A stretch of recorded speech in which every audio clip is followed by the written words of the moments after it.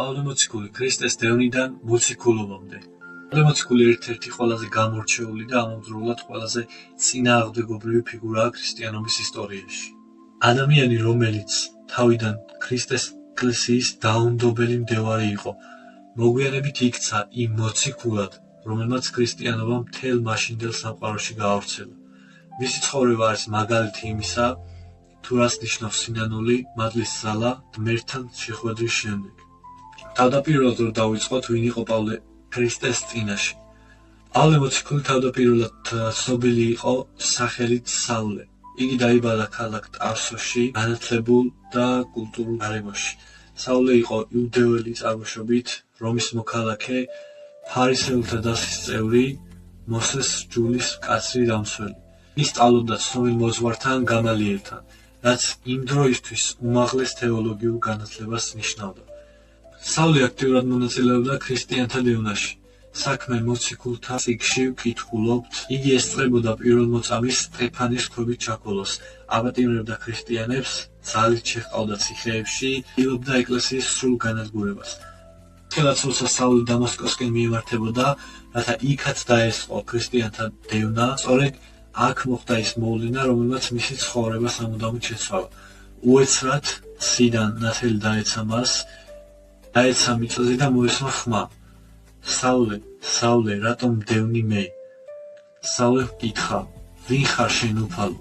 და პასუხი იყო, მე ვარ იესო, რომელსაც შენ დევნი.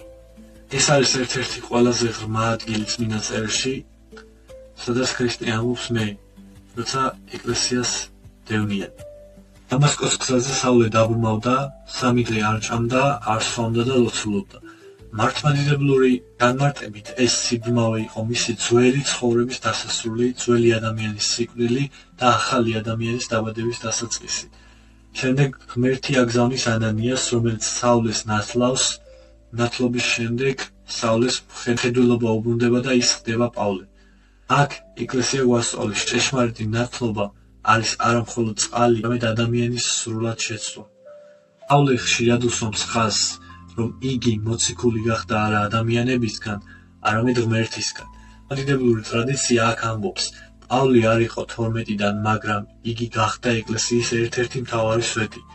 იგი ქადაგებდა წარმართებს, დააარსა მრავალი ეკლესია, წერდა ეპისტოლეებს, იტანდა დევნას, ცემას, ციხეს, შიმშილს და მაინც არ წყვეტდა ქადაგებას. პავლე მოციქულის სწავლების ცენტრში ძირითადად დგას მადლი, წმენა, სინანული, ქრისტეს ცხოვრება და მისი ცნობილი სიტყვებია.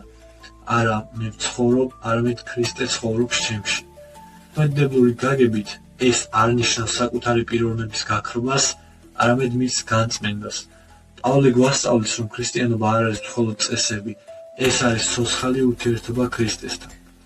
პავლე არ ჰპირდებოდა ადამიანებს იელ ცხოვრებას, ის ამბობდა, ვისაც ქრისტეში სურს ცხოვრება, დევნასაც განიცდის. მის ცხოვრება იყო მუდმივი ტანჯვა, მაგრამ არა სასწრაფოთა. მართლმადიდებლობაში ტანჯვა არ არის მიზანი, მაგრამ შეიძლება გახდეს გზა ადამიანის გაწმენდისა.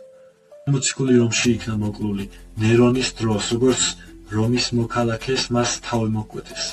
ეკლესია პატივსცემს მას, როგორც მოწამეს, რომელმაც სიცოცხლე ქრისტესთვის გასწირა.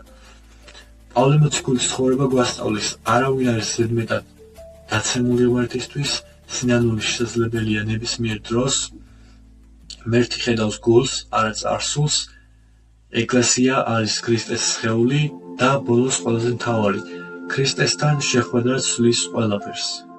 ამ ვიდეოსთვის სულ ეს იყო, შეგიძლია დაალაიქო და გამოიწერო და ასევე დაწერო კომენტარებში რა იქნებოდა შემდეგი ვიდეოსთვის საინტერესო. ასევე გვაქვს Telegram ჯგუფი, სადაც შეგვიძლია შემოგვიერთდე და ნახო ბევრი საინტერესო პოსტები, რასაც YouTube-ზე ვერ იხილავ.